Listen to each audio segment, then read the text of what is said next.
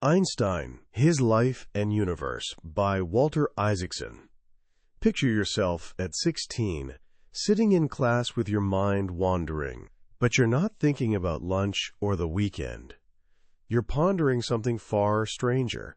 What would it actually feel like to race alongside a beam of light? Would the light wave just hang there next to you, frozen like a shimmering ribbon of energy? Would time itself grind to a halt? This wasn't idle daydreaming. This question sparked a revolution, and it came from a kid whose teacher once told him he'd never amount to anything. A young man who bombed his first college entrance exam, struggled to land a job, and spent his most creative years pushing papers in a patent office. That young man was Albert Einstein. Today, we're diving into his extraordinary journey through Walter Isaacson's masterful biography, Einstein, His Life and Universe. This isn't just a story about physics equations and scientific breakthroughs. It's about a rebel with a cause, a man whose wild hair and twinkling eyes became the face of genius itself. But what is genius, really? Is it just about being smarter than everyone else? Or is it something more mysterious? By the time we're done, you'll understand what really fueled Einstein's creativity. It wasn't just raw intelligence. It was his insatiable curiosity, his defiant imagination, and his willingness to question everything everyone else accepted as obvious truth. He shows us that our most powerful tool isn't what we know, but our ability to wonder. This is the story of how a patent clerk cracked open the secrets of the cosmos and became the conscience of humanity. It's proof that true genius isn't about having all the answers. It's about never losing the courage to ask the deepest questions. So let's begin. Let's ride alongside that beam of light and see where it takes us. Here's something funny about our heroes. One of the most popular Einstein stories is that he failed math in school. You hear it everywhere, usually told to comfort struggling students. Don't worry, people say, even Einstein failed math. It's a comforting story, but it's completely wrong. The truth is, Einstein excelled at math and science. By 15, he'd already taught himself differential and integral calculus. The myth comes from confusion about the German grading system, but the real story is far more interesting. His struggles weren't with the subjects themselves. They were with how they were taught. From his earliest days, Albert Einstein was a rebel. Born in 1879 in Ulm, Germany, to a middle-class Jewish family more interested in culture and education than religious ritual, he was a late talker. So late that his worried parents consulted a doctor. When he finally did speak, he had an odd habit of whispering each sentence to himself first before saying it aloud. The family maid called him the dopey one. But this slow development came packaged with fierce independence. He despised the rote memorization and military-style discipline of German schools. He couldn't stand the drills and the demand for blind obedience. One teacher famously complained that his smiling presence in the back of the classroom undermined everyone's respect. Another declared he'd never amount to much. For most people, this constant friction would be crushing. For Einstein, it became his secret weapon. His contempt for authority wasn't just teenage rebellion. It was the foundation of his scientific genius, giving him the courage to question beliefs in physics that had stood unchallenged for over 2 centuries. He later believed his slow verbal development was actually a gift. While other children quickly learn about space and time and then take them for granted, Einstein came to these ideas late, with fresh wonder. He never stopped being a curious child before the great mystery into which we were born. That wonder ignited with a simple gift. When he was about 5 and sick in bed, his father brought him a compass. Watching the needle tremble and point unfailingly north mesmerized him. No string, no visible force pulling it, just an invisible field filling the space around it. He felt something deeply hidden had to be behind things. That single moment sparked a lifelong fascination with invisible forces shaping reality, a mystery he'd spend his life trying to solve. His mother, an accomplished pianist, gave him another gift that shaped his mind, a violin. At first, he hated the rigid lessons. But when he discovered Mozart's sonatas, music became a passion, not just a hobby, but a way of thinking. He saw in Mozart's pure, logical structure a reflection of the universe's harmony. Throughout his life, when stuck on difficult problems, he'd pick up his violin and play. In the middle of a melody, an idea would come. It was as if music, nature, and the mind of God were all connected, speaking the same beautiful language. His rebellious spirit finally erupted at 15.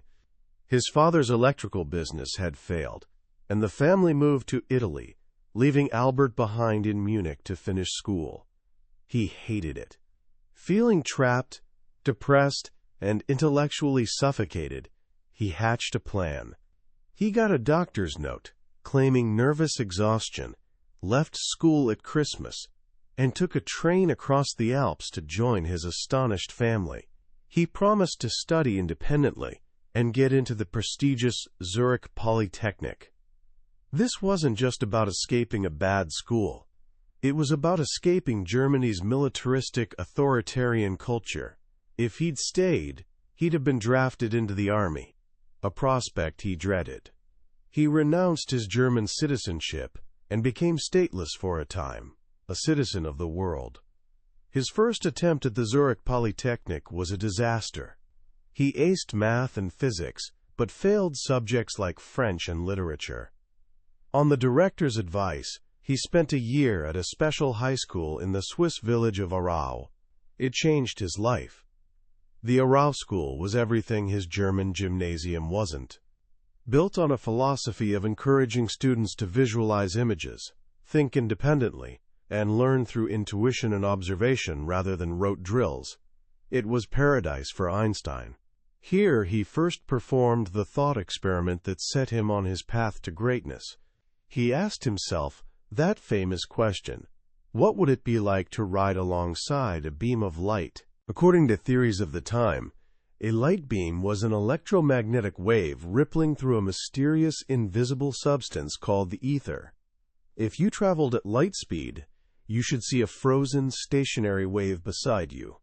But that seemed impossible. It violated his intuition that physics laws should look the same for everyone, regardless of how they're moving. This paradox, this psychic tension, would haunt him for the next decade. In Aarau, he also found something else he'd been missing, a warm, loving home. He boarded with the Winteler family, who embraced him as their own. He fell in love for the first time with their daughter, Marie. He became more open and developed a witty, sarcastic sense of humor that charmed his friends. After a year, he passed his exams and enrolled at the Zurich Polytechnic in 1896, intending to become a teacher. But his old habits of skipping class and disrespecting professors returned. He found the lectures outdated. They didn't even cover James Clerk Maxwell's groundbreaking work, whose elegant equations showed how light, electricity, and magnetism were all connected as electromagnetic waves. So Einstein taught himself. He and a small group of friends gathered in cafes, reading the latest physics papers and debating the biggest ideas in science and philosophy. They called themselves the Olympia Academy. In these late-night sessions, fueled by coffee and cigars, Einstein sharpened his thinking, questioning the very foundations of physics. He had a close friend, Marcel Grossman, a brilliant, diligent math student who took meticulous notes that he shared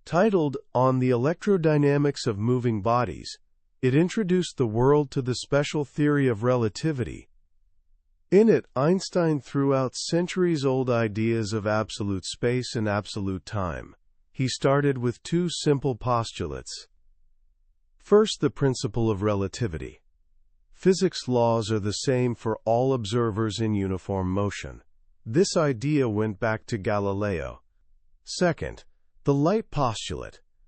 Light speed in a vacuum is constant for all observers, regardless of their motion, or the light source's motion. These ideas seemed contradictory. How could light speed be the same for someone standing still and someone chasing the light beam at nearly light speed? The solution came in a flash during a conversation with his friend and patent office colleague Michel Bessot. The key was rethinking time itself. Our notion of simultaneity isn't absolute. Two events appearing to happen simultaneously to one observer might appear at different times to another observer moving relative to the first.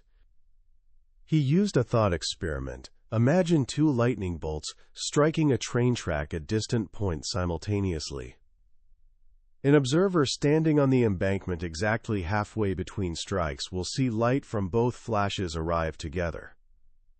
But for a passenger on a moving train rushing toward one strike and away from the other, light from the approaching strike will arrive first. For her, the strikes aren't simultaneous. And if simultaneity is relative, then time itself must be relative. A moving clock runs slower than a stationary clock. An object's length contracts in its direction of motion. Space and time aren't separate and absolute. They're interwoven into a single continuum, space-time. And with this, the mysterious ether supposedly filling all space became, in Einstein's delightfully dismissive word, superfluous. Then, months later, as an afterthought, he published a short 3-page fifth paper. An addendum to his relativity paper, it contained what would become science's most famous equation, E equals mc squared. Energy equals mass times the speed of light squared. This simple formula revealed a profound truth. Mass and energy are two forms of the same thing. Mass is simply highly concentrated energy. Because light speed squared is such an enormous number, a tiny amount of mass converts into tremendous energy.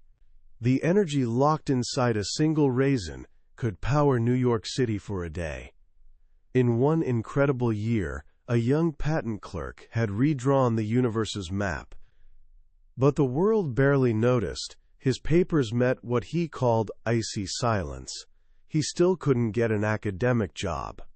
For 4 more years he remained at the patent office, continuing his work in spare time. Slowly, though, physics giants began taking notice. Max Planck, the grand old man of German science, was first to recognize relativity's importance and began lecturing on it. The recognition was welcome, but Einstein was already moving on. Special relativity was incomplete.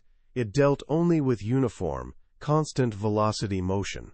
It didn't account for acceleration, and it didn't incorporate gravity.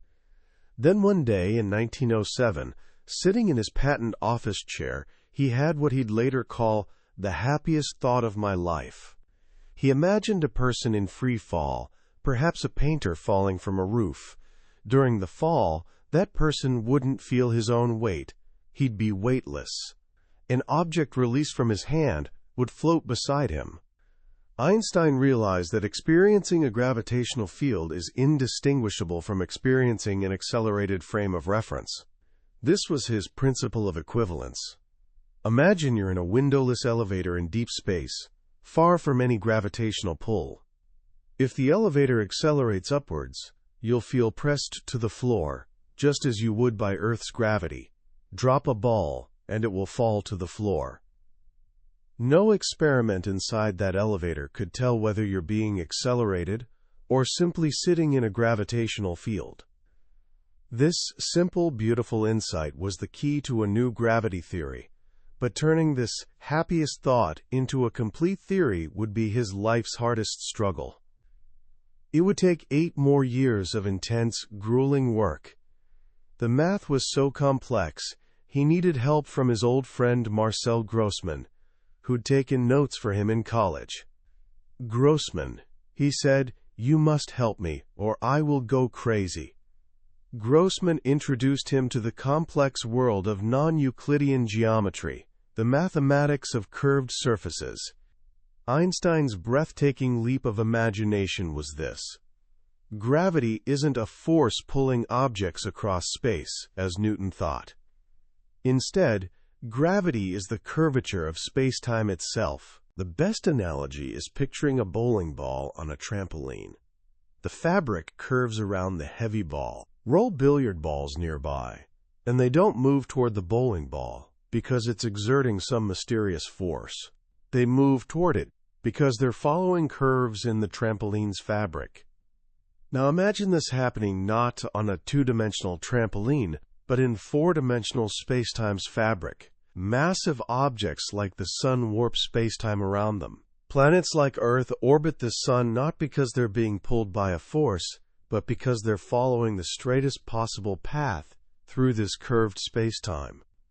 The quest to find precise mathematical equations describing this cosmic dance was a race. He was competing against one of the world's greatest mathematicians, David Hilbert. In a frantic 4-week burst of creativity in November 1915, working in Berlin amid World War turmoil and his marriage's collapse, Einstein finally found the solution. One prediction was that it could explain a tiny, mysterious wobble in Mercury's orbit that Newton's laws couldn't. When his calculations produced the exact right number, he was so excited he had heart palpitations. "I was beside myself with joyous excitement," he told a friend. He'd done it. The general theory of relativity was his masterpiece, one of the human mind's most beautiful and profound achievements. It had another testable prediction. Because gravity curves space-time, it should also bend light. A light ray from a distant star passing near the sun should be deflected by a precise amount. This prediction was tested in 1919. British astronomer Arthur Eddington led expeditions to Brazil and an island off Africa's coast to photograph a total solar eclipse. When stars became visible near the sun's edge, their positions were measured. They'd indeed shifted by the exact amount Einstein's theory predicted. The announcement made headlines worldwide. "Revolution in science," declared the Times of London. "Newtonian ideas overthrown."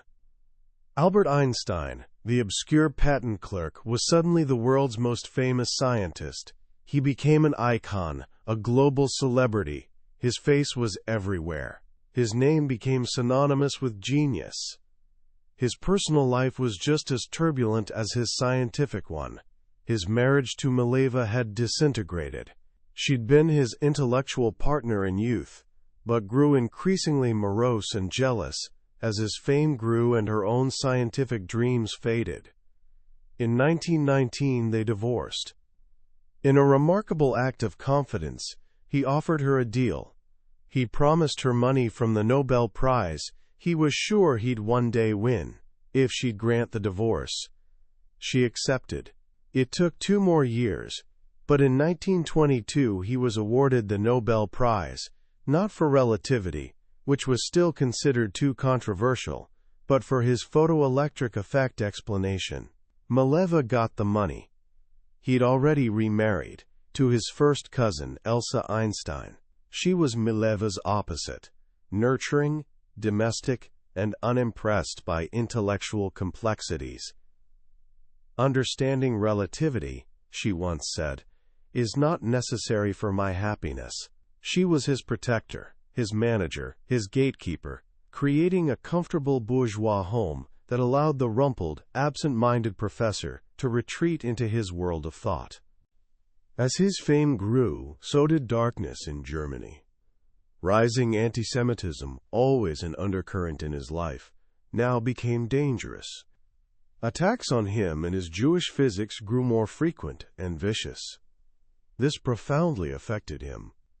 Though never traditionally religious, he began embracing his Jewish identity with newfound passion. He became an outspoken Zionism supporter, not because he believed in nationalism, he hated it, but because he saw the need for a homeland where Jews wouldn't be considered aliens. In 1921, he made his first trip to America, not to lecture on physics, but to raise money for the cause with Zionist leader Chaim Weizmann. The trip turned him into an American sensation. But this period, in the mid-1920s, marked the great turning point in his scientific life. The quantum revolution he'd helped launch was now being transformed by a new generation of brilliant young physicists, Werner Heisenberg, Erwin Schrödinger, Wolfgang Pauli, and their mentor, Niels Bohr. They were developing new quantum mechanics based on uncertainty, probability, and chance. And Einstein hated it. He couldn't accept that the universe, at its most fundamental level, was governed by randomness. The idea that an electron could choose, of its own free will, when to jump from one energy level to another, or which direction a photon would be emitted, was intolerable to him. This led to his most famous declaration of faith. I, at any rate, am convinced that he does not play dice. This began the great intellectual debate of the 20th century, a series of legendary arguments between Einstein and Niels Bohr. At conferences and in letters, Einstein devised ingenious thought experiments designed to poke holes in quantum mechanics to show it was incomplete. The most famous was the EPR paper, written in 1935 with colleagues Boris Podolsky and Nathan Rosen. They imagined two particles that interact and then fly off in opposite directions. Because their properties are correlated, measuring one particle's property, like its position, could instantly tell you the other's position, no matter how far away it was. This seemed to imply what Einstein mockingly called spooky action at a distance. How could measuring one particle instantaneously affect another billions of miles away? It violated his deeply held beliefs in locality, that an event here can't instantly affect an event over there, and in an objective reality existing independent of our observations. Inspired by these debates, Erwin Schrödinger came up with his own famous thought experiment to illustrate the absurdity, Schrödinger's cat paradox. A cat is placed in a box with a poison vial that will be released if a single radioactive atom decays. According to quantum mechanics, until the box is opened and observed, the atom is in a quote decays of being both decayed and not decayed. Does that mean the cat is also in a superposition of being both dead and alive? For Einstein, this proved quantum mechanics wasn't a complete reality description. Bohr and his followers, however, argued Einstein was wrong. The spooky action was real. The universe is that strange. And experiment after experiment, to this day, has proven Bohr right and Einstein wrong. The great revolutionary had become a resistor. The man who'd overthrown classical physics, certainties, now dedicated his last 30 years to trying to restore them. He embarked on a long, lonely, and ultimately unsuccessful quest for a unified field theory, a single set of equations that could describe all nature's forces, gravity and electromagnetism, and explain particles, existence, and quanta strangeness in a deterministic, orderly way. He was searching for the mind of God. As he was losing physics battles, political battles in the world were becoming more terrifying.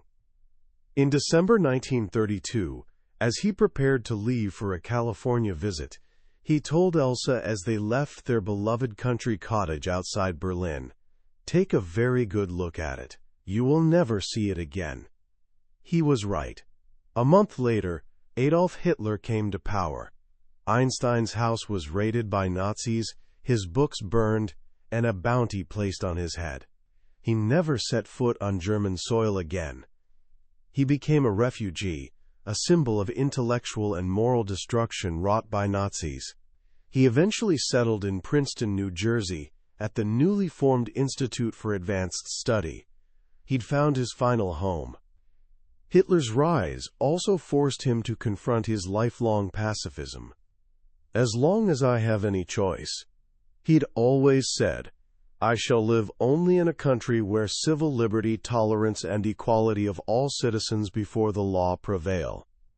Those conditions no longer existed in Germany. He realized that against such evil, pacifism wasn't an option. "I am not only a pacifist, but a militant pacifist," he'd once declared. But now he urged European nations to arm themselves against the Nazi threat. It was a painful but necessary change of heart. Then came the letter that would haunt him for the rest of his life. In summer 1939, his old friend, Hungarian physicist Leo Szilard, came to visit him on Long Island. Szilard and other refugee scientists were terrified that German scientists were on the verge of discovering how to build an atomic bomb. They needed to warn the American government, but knew no one would listen to them. They needed a voice that couldn't be ignored. Einstein dictated a letter to President Franklin D. Roosevelt, explaining the possibility of a nuclear chain reaction and the potential for extremely powerful bombs of a new type. He signed it. The letter was delivered to Roosevelt and helped launch the Manhattan Project. Einstein himself was never asked to work on the bomb. The FBI, under J. Edgar Hoover, had compiled a massive and largely ludicrous file on him, labeling him a security risk because of his pacifist and socialist leanings. He knew nothing about the project until he heard on the radio in August 1945 that a bomb had been dropped on Hiroshima. He was horrified. "Oh my God," was all he could say. He later called the letter to Roosevelt the one great mistake of his life. "Had I known that the Germans would not succeed in producing an atomic bomb," he said, "I would not have lifted a finger." For his last decade, he became a passionate advocate for nuclear arms control and world government. "The unleashed power of the atom has changed everything save our modes of thinking," he warned, "and thus we drift toward unparalleled catastrophe." He knew nationalism was now suicidal folly. The only salvation, he believed, was a supranational authority with power to prevent war. He also became a fierce defender of civil liberties in his adopted country, speaking out against the Red Scare and McCarthy-era witch hunts. He saw intellectual intimidation and demands for political conformity as a frightening echo of what he'd seen in Germany. He advised people called before congressional committees to refuse to testify, an act of civil disobedience that brought a storm of criticism down on him. But he remained unbowed. Freedom of thought, he believed, was the lifeblood of a healthy society. He lived out his final years in quiet Princeton, a living landmark, a gentle, rumpled figure with a booming laugh who'd help local children with math homework. He'd grown closer to his son, Hans Albert, who became a respected engineering professor. But he was haunted by the tragic fate of his younger son, Eduard, who spent his life in a Swiss asylum with schizophrenia. Einstein never saw him again after leaving Europe. His last public act was signing a manifesto with philosopher Bertrand Russell, urging all nations to renounce nuclear weapons. He died a week later, in April 1955, at 76. By his bedside were 12 pages of equations, his final, unfinished attempt to find his unified field theory. He died as he'd lived, still searching, still wondering. So what do we take away from this incredible life? What lessons does Albert Einstein, this gentle rebel who remade our universe, offer us today? It seems to me there are a few simple yet profound truths that shine through Walter Isaacson's magnificent biography. First, and perhaps most importantly, is the power of curiosity. Einstein often said he had no special talents, only that he was passionately curious. Think about that. He didn't see himself as a superhuman intellect, but as someone who never lost that childlike sense of wonder. He questioned things adults learn to take for granted. Why does a compass needle point north? Why is the sky blue? What would it feel like to ride on a beam of light?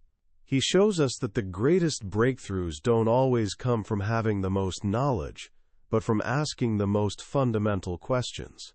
It's a powerful reminder to never stop asking why. The second lesson is the courage of nonconformity. Einstein's entire life was an act of rebellion. He rebelled against his German schools, rigid discipline. He rebelled against the academic world's stuffy conventions. He rebelled against common-sense physics accepted for centuries. His genius was inseparable from his willingness to be an outsider, to think differently, to sail against the current. In a world that often pushes us to fit in and follow the rules, Einstein's life is a powerful argument for the creative power of being a little different, of marching to your own beat. But his rebellion wasn't destructive. It was what Isaacson calls a reverential rebellion. This is the third great lesson. He could tear down Newtonian physics pillars, but did so with deep, almost religious awe for the universe's harmony and beauty. He believed in an underlying order, a spirit vastly superior to that of man. This combination of rebellious questioning and humble reverence made him so unique. He had confidence to challenge the old, but humility to be in awe of the mystery of it all. He wasn't just trying to be clever, he was trying to read the mind of God. And finally, there's the beautiful connection he made between imagination and reality. He didn't come up with his theories by poring over experimental data.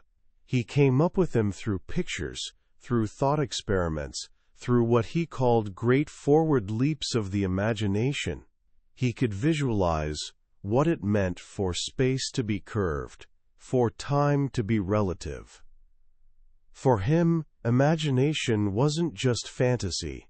It was the language the universe was written in.